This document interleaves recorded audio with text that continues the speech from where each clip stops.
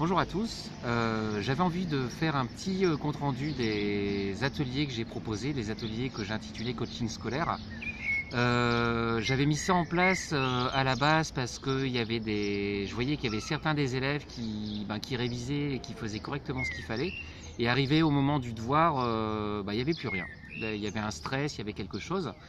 Donc j'ai décidé de transmettre des techniques que j'ai apprises d'abord pour moi et qui pourraient servir par la suite.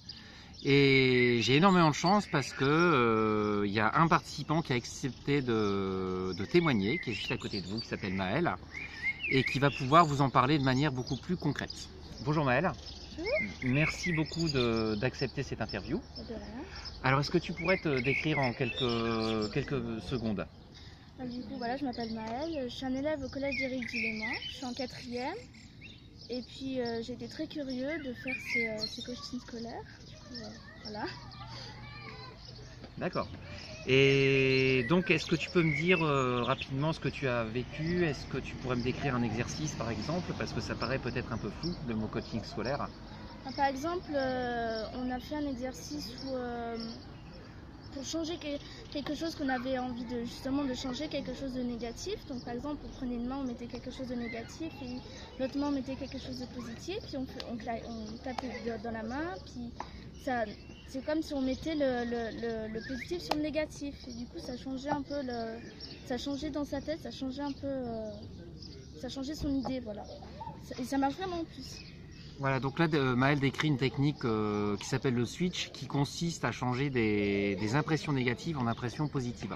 Quelquefois on a des échecs, on a des croyances que ça ne peut pas marcher, et c'est exactement comme de l'électricité, hein. Grâce à cette technique on arrive à changer complètement ce barrage.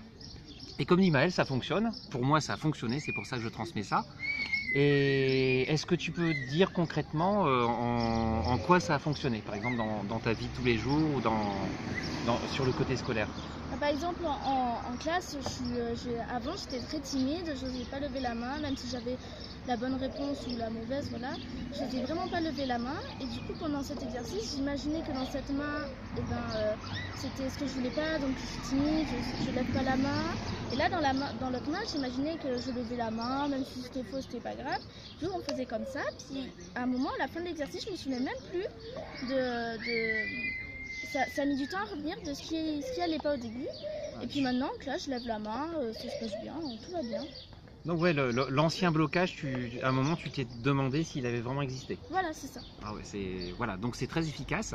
Et est-ce que tu proposerais, est-ce que tu penses que ça pourrait aider des personnes, des adolescents par exemple, ou même des adultes, hein? Ah bah oui, c'est sûr, ça marche vraiment, c'est super bien. Pour les curieux, c'est très bien, et vraiment, c'est super. Faut venir, c'est super bien. Voilà. Bonne expérience. Ok, super. Merci beaucoup Maël. Donc voilà, j'espère vous avoir convaincu. Je vous dis à très bientôt et merci.